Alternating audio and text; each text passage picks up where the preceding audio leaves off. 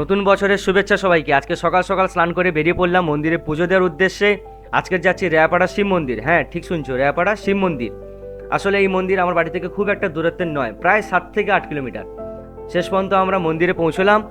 আর এখানে আজকে খুব একটা ভিড় হয়নি, কারণ আজকে সোমবার নয়। এখানে কিন্তু সোমবারে খুব ভিড় হয়।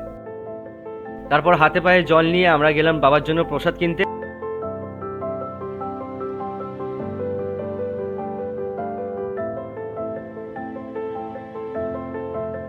ঝুড়িতে প্রসাদ নিয়ে তারপর এলাম মন্দিরের মধ্যে। আর এখানে সত্যিই খুব ভালো লাগছে, কারণ সবকিছু বারবার মহাদেব একবার।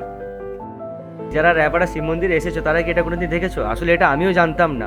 আমাকে একটা দাদা সাজেস্ট করলো যে এটা চল দেখ, একটা জিনিস দেখাবো। এটা সত্যি কাছ থেকে খুব সুন্দর লাগছিল দেখতে। কিছুটা সময় দাঁড়ানোর পর শেষ পর্যন্ত পুজো দেওয়ার সুযোগ পেলাম।